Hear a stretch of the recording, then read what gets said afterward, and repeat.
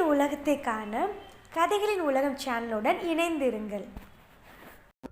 இன்னைக்கு தனக்கு அழகுன்னு நினைச்ச ஒண்ணு ஆபத்தா முடிஞ்சதையும், தனக்கு அசிங்கம் அப்படின்னு நினைச்ச ஒண்ணு தான் தன்னோட உயிரையே காப்பாத்த கடவுள் கொடுத்துருக்காரு அப்படின்னு புரிஞ்சுக்கிட்ட ஒருத்தவங்களை பத்தி நம்ம பார்க்க போறோம். இன்னைக்கு நம்ம பார்க்க போற ஸ்டோரி இன்ட்ரெஸ்டிங்கா இருக்கும். வாங்க பார்க்கலாம். ஒரு நாள் காட்டுல ஒரு மான் தண்ணிக்காக அலைஞ்சு திரிஞ்சுக்கிட்டு இருந்துச்சு. அது ஒரு கோடை காலம். தண்ணி எங்கேயுமே கிடைக்காம அங்கிட்டு இங்கிட்டு திரிஞ்சிட்டு இருந்துச்சு அந்த மான். அது கடைசியா ஒரு குளத்தை பார்த்துச்சு. அந்த குளத்துக்கு நேரம் நடந்து போய் தண்ணி குடிக்க ஆரம்பிச்சுது. தண்ணி குடிச்சிட்டு இருந்த மான் அந்த தண்ணியில தன்னோட உருவத்தை பார்த்து அது அப்படியே கொஞ்ச நேரம் வியந்து நின்றுச்சு.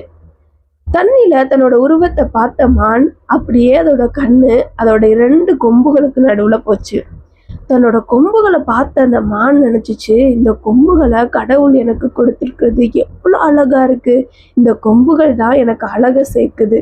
இந்த கொம்புகள் மற்ற மிருகங்கள்ட்ட இருந்து என்னை வேறுபடுத்தி காட்டுது. இது மாதிரி கொம்புகள் எந்த மிருகங்களுக்கும் இல்லை. எல்லா மிருகங்களும் என்னைய பார்த்து இவனுக்கு எவ்வளோ அழகான கொம்புகள், இது போல கடவுள் கொடுக்கலையே, அவனுக்கு இந்த கொம்புகள் தான் அழகு சேர்க்கும் அப்படின்னு நினைப்பாங்கன்னு தன்னைத்தானே நினைச்சு அது கர்வம் கொண்டுச்சு. கர்வத்தோட தன்னை பார்த்துக்கிட்டு இருக்க அந்த நிமிஷத்துல அப்படியே அதோட கண்கள் அதோட காலை நோக்கி போச்சு. கால்களை பார்த்த அந்த மானுக்கு தன்னோட உருவத்துல ரொம்ப அசிங்கமான உறுப்பு இந்த கால் தான் அப்படின்னு நினைச்சுது. கடவுள் எதுக்கு எனக்கு இந்த காலை கொடுத்தாரு? இது எவ்வளவு அசிங்கமா இருக்குது. என்னோட கொம்புகளுக்கு அப்படியே ஆப்போசிட்டா இந்த கால் அமைஞ்சிருக்கு அப்படின்னு தனக்கு இருந்த இந்த கால்கள் பிடிக்காம இது எனக்கு வேணாம் அப்படின்னு சொல்ற மாதிரி தன்னையே இழிவாகவும் கேவலமாகவும் தன்னை காட்டுறது இந்த கால் தான் அப்படின்னு நினைச்சு அது அந்த இடத்துல சோகமா திங்க் பண்ணிட்டு இருந்துச்சு. இப்படி தன்னை பத்தி யோசிச்சுட்டு இருந்த அந்த நேரத்துல ஒரு புலி ஒண்ணு அதை வேட்டையாட பதுங்கி பதுங்கி வந்துட்டு இருந்துச்சு. இந்த மான் சுற்றி இருக்கிற எல்லாத்தையும் மறந்து தன்னோட உருவத்தை உத்து பார்த்துட்டு இருந்துச்சு. கொஞ்சம் சுதாரிச்ச மான் தனக்கு பின்னாடி புலி வர்றத உணர்ந்துச்சு. வேகமா அந்த மான் ஓட ஆரம்பிச்சிச்சு. பயங்கர ஸ்பீடா ஓடிட்டு இருந்துச்சு. புலி எட்டாத தூரத்துல இருந்துச்சு மானுக்கு. ஐயோ, நம்ம தப்பு பண்ணிட்டோமே. நம்ம நினைச்சது இந்த கால் தான் நமக்கு அசிங்கம்னு நினைச்சோம். ஆனா இந்த கால் தான் என்னோட உயிரையே காப்பாத்துது. எவ்வளோ ஃபாஸ்டா ஓடுறோம் நம்ம. இந்த கால் மட்டும் இல்லைன்னா இந்நேரம் நம்ம உயிரே போயிருக்கும். இந்த புலியை விட ஃபாஸ்டா நான் ஓடிட்டு இருக்கேன். அப்ப எனக்கு அழகு இந்த கால் தானா? நான் தப்பா இந்த கால் எனக்கு அசிங்கம் கேவலம் அப்படின்னு வீணா கவலைப்பட்டிருக்கேனே அப்படின்னு யோசிச்சு மான் ஓட ஆரம்பிச்சுது. ஓடிக்கிட்டு இருந்த கொஞ்ச நேரத்திலேயே மரக்கிளைகள்ல அதோட கொம்பு மாட்டுச்சு.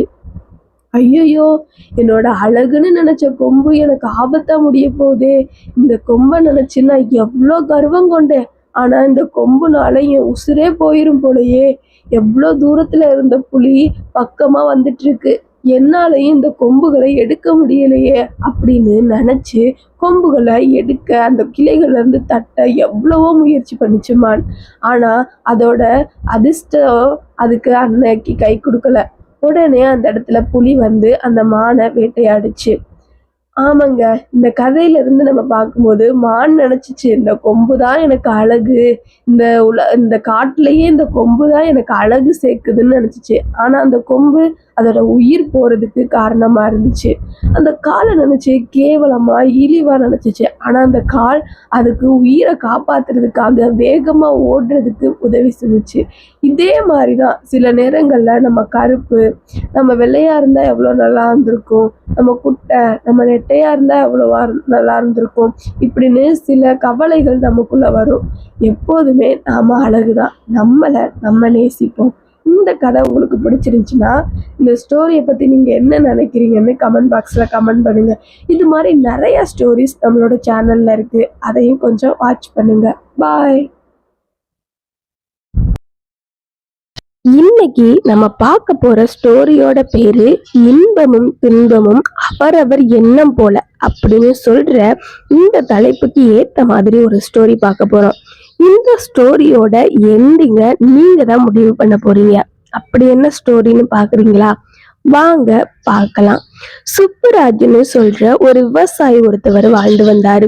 அவருக்கு 2 பெண் பிள்ளைங்கள் இருந்தாங்க. ஒருத்தி பேரு மாலா, ஒருத்தி பேரு லதா. 2 பேருக்கும் குறிப்பிட்ட காலத்துல திருமணம் செஞ்சு வச்சாங்க. 2 மகள்களும் எப்படி இருக்கிறாங்கன்னு தெரியாம இருந்த அவருக்கு 2 மகள்களையும் விசாரிச்சுட்டு வரணும்னு நினைச்சாரு.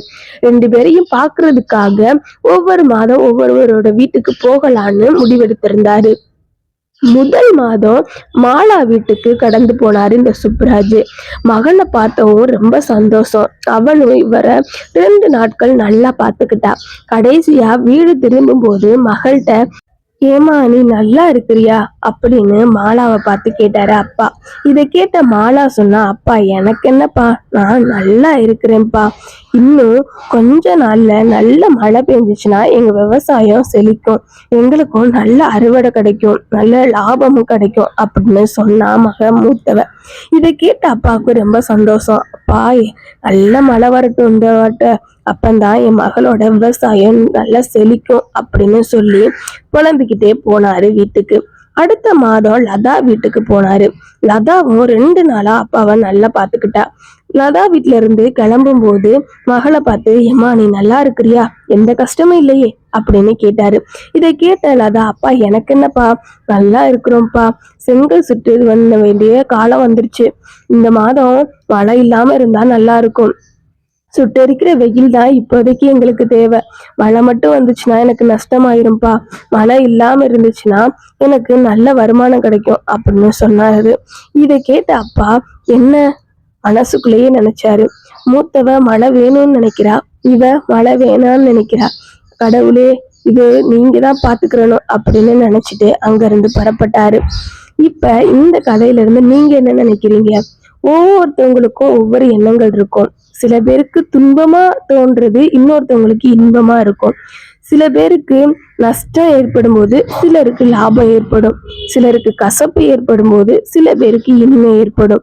இதுல யாருக்கு இன்பம் வந்திருக்கும், யாருக்கு துன்பம் வந்திருக்கும் சொல்றத நீங்களே முடிவெடுத்துக்கிறங்க. ஒருவேளை 2 பேருமே லாபத்தை எடுத்திருப்பாங்களா அப்படின்னு நீங்களே யோசித்துக்கிறீங்க. இது போலதான் உங்க வாழ்க்கையும். இப்ப நீங்க துன்பமான சூழ்நிலையில கடந்து போயிட்டு இருக்கீங்கன்னா கவலைப்படாதீங்க, சோர்ந்து போயிடாதீங்க. இன்பமான நேரம் உங்களுக்கு வரும்.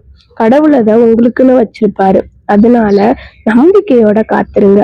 ஒருவேளை இப்ப நீங்க லாபமான சூழ்நிலைகளை பார்த்துட்டு இருக்கீங்கன்னா எப்போதும் மறந்துடாதீங்க, இன்பமும் துன்பமும் மாறி மாறிதான் வரும். துன்பத்தோட நாட்களையும் நம்ம ஏற்றுக்கிற பழகிக்கிறணும்.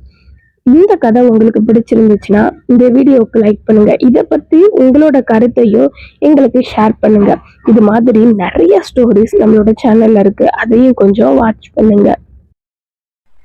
இந்த கதை உங்களுக்கு பிடித்திருந்தால் லைக் பண்ணுங்க, சப்ஸ்கிரைப் பண்ணுங்க, எல்லாருக்கும் ஷேர் பண்ணுங்க. Thank you for watching. We will see in the next video.